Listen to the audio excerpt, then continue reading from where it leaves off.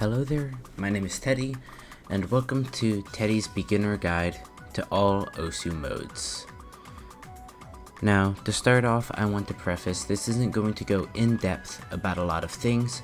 This is just to teach you the beginnings and understanding some terms and a couple of ideas that you're going to need to know, like mods, skins, and settings. So without further ado, let's get right into the video.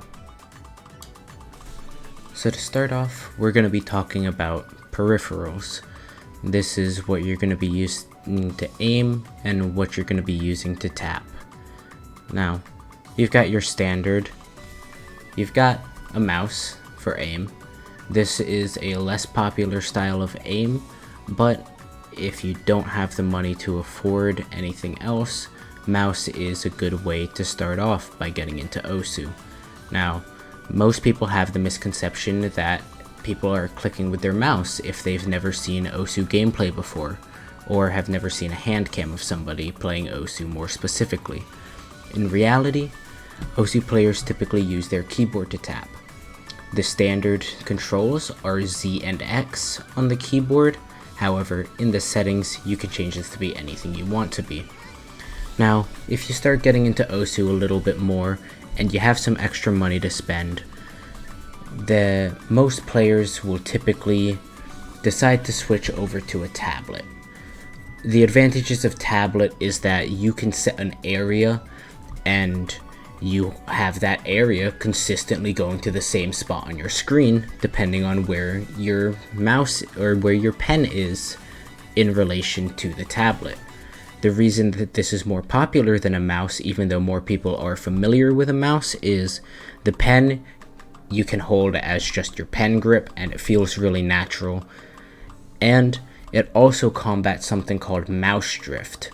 Basically, if you're moving your mouse across your screen, as the longer a map is, you will eventually start to lose your grip and potentially go further to the left or further to the right than the screen allows, and that will give something called mouse drift, where it is not an absolute area. It is a relative area to how far you move your mouse, and this is exemplified for those that use mouse acceleration.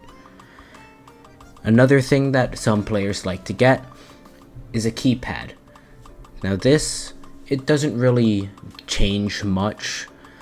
All it really does is prevent you from wearing out the taps on a keyboard. If you're using a keyboard a lot to game or to type, it doesn't wear out your keys on your keyboard as you're using an entirely different device, so you don't have to worry about the wear and tear of that.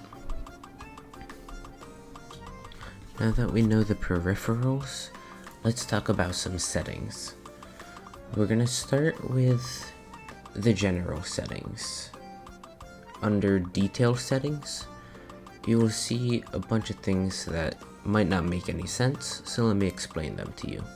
Snaking sliders is just going to make it to where the sliders are slowly going to appear from the beginning to the end, kind of snaking out, hence the name snaking sliders. If this is turned off, the slider will just appear in one go rather than slowly appearing from beginning to end. For background video, certain maps will have a video play in the background. This can be very distracting, so most players recommend you turn it off. The same goes for storyboard. It is just like background video, but rather than being an imported MP3 file, it is something typically made in the game. Combo bursts are little characters that appear on the side of your screen every 50 or so combo. This is another thing I recommend having turned off, as it is very distracting.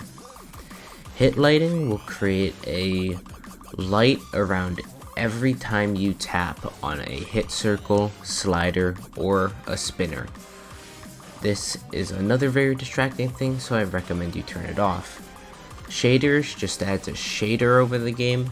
This one isn't as distracting. I personally don't use it, but there are some people that do. This one is left up to personal preference. Softening filter will show a red tint around your screen as you get closer to death if you are running low on HP. Some people use it. I used to use it. I have since turned it off, but if you like it, then there's no reason not to use it. It can be a little distracting, but if you get used to it, it's not too distracting. Now we've got some more general settings. These are going to include the background dim, the bottom UR bar, which stands for unstable rate, that will be explained later in the video, and a couple of other neat little options. Background dim is going to make it to where exactly as it sounds. Depending on how high you have it, the background will be dimmed. 0 is going to be no dim on the background. This is not recommended as it is very bright. And 100 will make it completely black while you are playing. Most people prefer this as they don't want to see the background, and it is easier to stay consistent if you have your background dim all the way at 100. I personally play with 80 as I cannot focus when it is just a black background. So if you can't focus with circles just appearing on a black background, try something high but not all the way. Try something like 80, 90 and see if that helps out a little bit. Underneath that, you're going to have don't change dim levels during the break. This just means that when a map has a long break, it'll typically get rid of your overlay on the screen, and it'll let you know when the map is going to be coming back. This is for large portions of maps that aren't mapped and are designed to give the player a break. If you change the background dim level during breaks, then it is going to undim all the way, and that is typically recommended, as if you change dim levels during the breaks, then it is hard to see during the breaks. Realistically, it doesn't fully affect you, so this is completely optional. Show leaderboard during gameplay. This is something that can be toggled in each map by pressing tab. That will hide your leaderboard. Leaderboards can be a little distracting as some people keep looking over at their leaderboard to see how much more score they need to snipe a score of their own or beat one of their friends' scores. This is something that is completely optional. If you can focus with the leaderboard, then by all means keep it on. Next, you're going to see progress display. This shows how far you are into the map.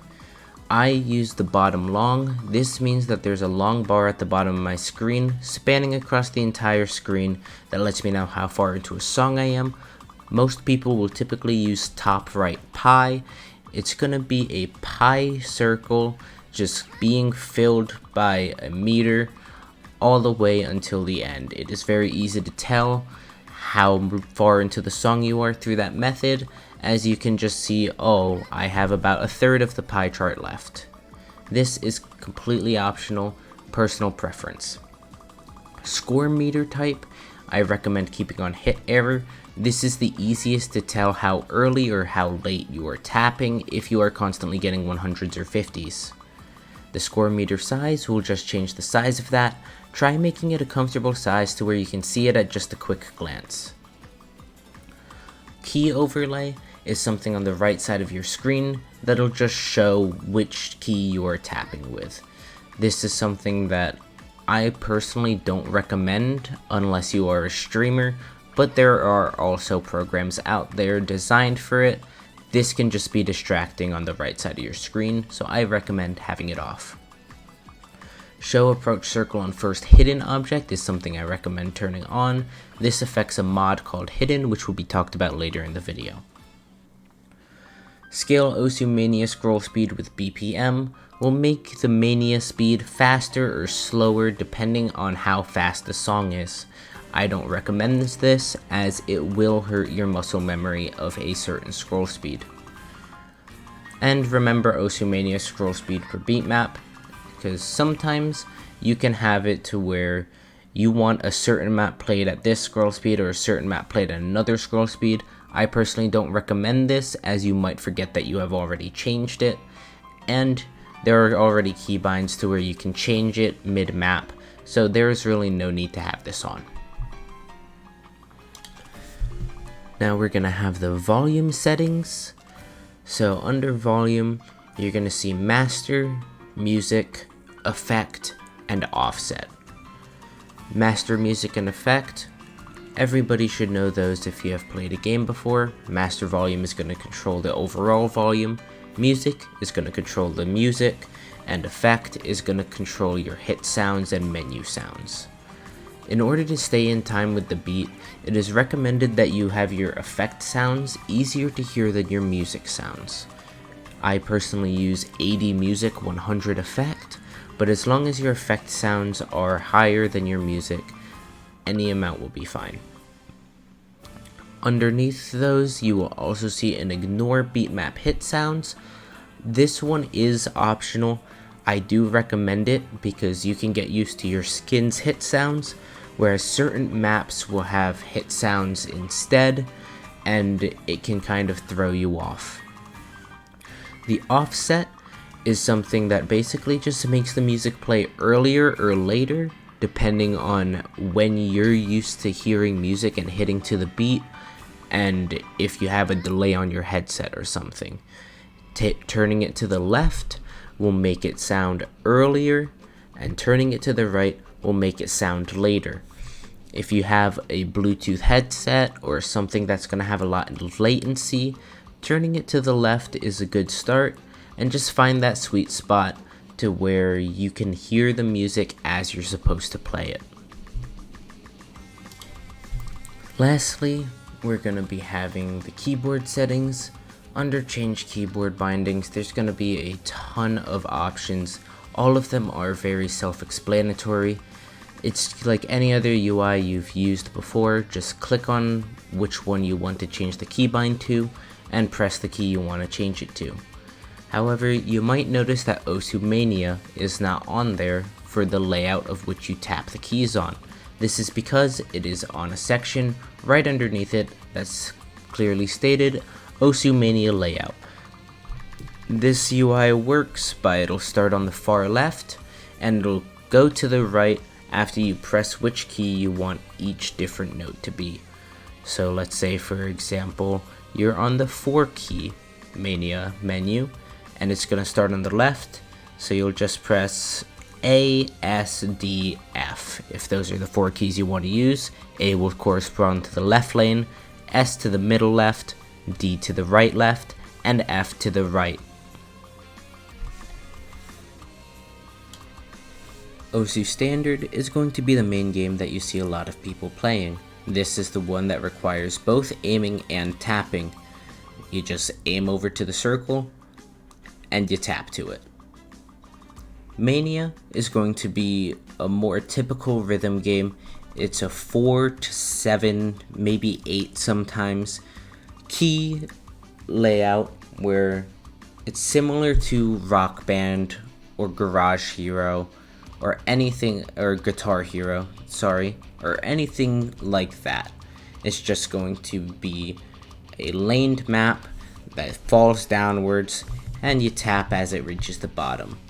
The 2 main keys that are played are 4 key and 7 key, or these are going to be your ranked versions of it.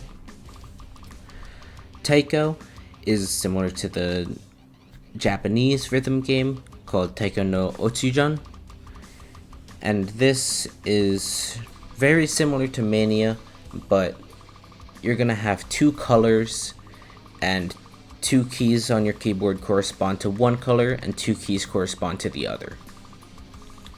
Catch is more of a platform based type of game. It's very similar to Fruit Ninja, except rather than slicing the fruit, you're controlling a character at the bottom of the screen that is going to catch these different types of fruits. You control the character via the arrow keys left and right, and you can give yourself a speed boost if you pressed shift. Let's talk about some general terms. We've got SR, OD, HP, BPM, and mods. We'll start with SR, also known as star rating. This is just going to give you a general idea of how difficult the map should be. I recommend starting between the 0 star and 2 star range, And as you slowly start full comboing those songs, meaning you don't miss a single time, and you have decent accuracy within like the 93 to 97 range, then I recommend moving up. This is going to be something that is continued. The two biggest jumps in SR difficulty that I will warn you about are between 3 to 4 star songs, because 4 stars will introduce a lot of patterns that are not in those earlier songs, and between 5 and 6 stars, as those are heavily influenced. They are going to be patterns that you are used to, but they're going to be a lot harder patterns. It takes your base knowledge of the game and just increases it to 100. OD, or overall difficulty, is going to be how... It's a hard one to explain, but I will try my best here.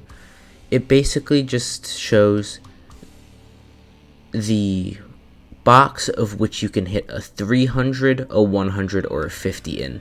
The higher the OD, the harder it will be to gain accuracy on the map, as you have to be more in time with the rhythm of the song. HP, or health points, is something that's very obvious to understand if you've played any sort of competitive game. It's basically how fast your health is going to drain if you're constantly missing notes, or if you're hitting 100s or 50s constantly. Mods are modifiers to the game that are built into the game. Each mode has a different set of mods that I will not be going over today. I will be going over them in a future video though. These have an effect on your score, how many performance points you can get, and overall change the flow of the game. Some mentions I will give, as they are the most popular mods, are from the game mode Osu Standard.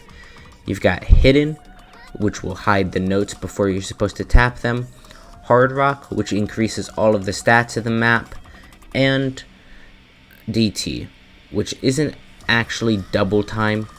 It's 1.5 times the speed of any song you play DT with. Moving on to more specifically Osu Standard, we've got AR and CS, approach rate and circle size, respectively. AR, or approach rate, will describe how fast the approach circle comes in. The approach circle is an outer circle that appears around every note, and that will move in faster or slower depending on the AR of the song. This will also affect the overall reading, as it will change how long a note is going to stay on screen. So the faster an AR, the faster you will need to be able to react to the notes appearing. CS, or circle size, changes the size of every circle in the map. The lower the circle size, the bigger the note is going to be. The higher the circle size, the smaller a note is going to be. Next up, we're going to have hit circles, sliders, and spinners. Hit circles are the main note that you will see in a map. All you have to do for those is tap once to the beat of the song. Sliders are going to be the second most common thing you see. Those kind of look like little snakes. You're going to tap to the beat, but you're going to hold the key you pressed with all the way until the end of the slider. There will sometimes be an arrow at the end of the slider, and that will mean that you have to follow back through to the beginning of the slider. Spinners are something that are a little less common. All you're going to do when you see a spinner is you're going to press down one of your keys, and you're going to spin your mouse or your pen in either a clockwise or counterclockwise fashion. Now for Osumania, we're going to have the approach speed, which is something that you personally control to your personal preference. I don't remember the default key bindings, unfortunately, but underneath your change keyboard layout, you will see scroll BPM speed up and scroll BPM speed down. This will make it faster or slower for Osumania.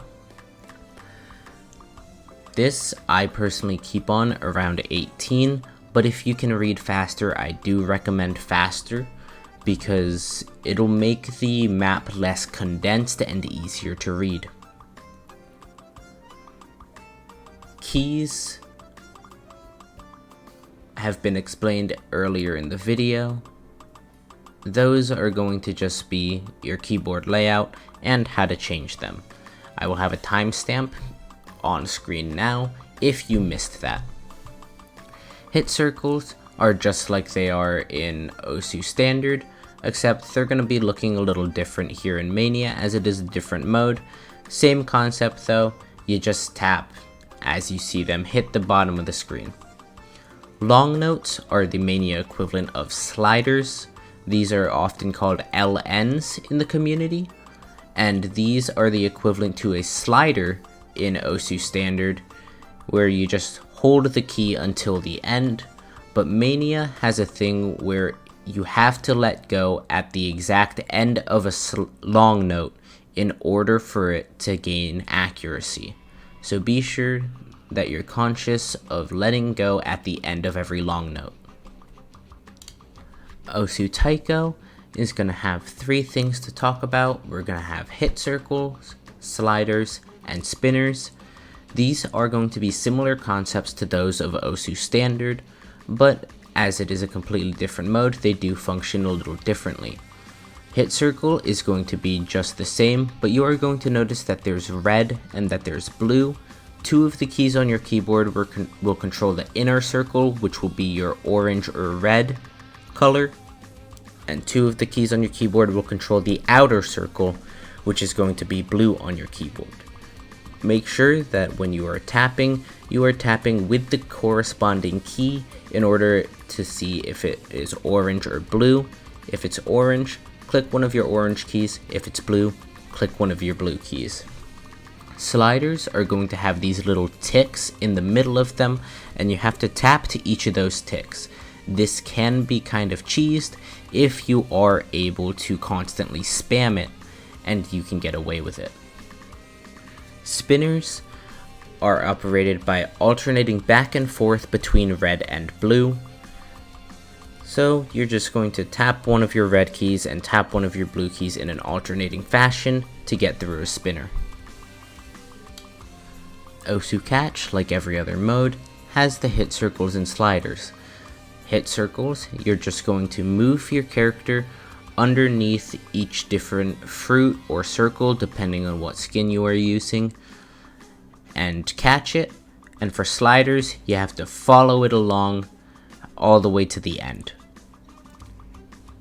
Catch also has a extra mechanic called the bonus round. This is signified by a bunch of bananas falling down, or in other skins it may be changed. Just be on the lookout for something that would be impossible to hit. That is typically going to be your bonus round. It's just going to be a lot of different objects falling down. This, you can just catch as many of them as possible, and you don't have to worry about missing any of them as they will not count towards your miss count. And this will just give you a little bit of extra score. Thank you very much for sticking through to the end, and I hope that this has given you an idea of what each of the different modes in osu are, and I hope you will give it a try. Down in the description, I will leave a link to a channel named Hanmi, who does really in-depth guides on how to improve at osu. Also in the description will be the website to download. It's going to be osu.ppy.sh. There's also going to be a skinning subreddit link down there where you can look through to find some skins for each of the different game modes, as I recommend playing with a skin rather than the default skin. And leaving one more thing down there, also along the lines of skinning, is going to be another YouTube channel. This person will post a monthly skin showcase, and there can be many skins that you can see there that you might like. So please, go give Hanmi a shout, and go look at the other channel to find some skins. Thank you very much for watching, and I hope to see you around.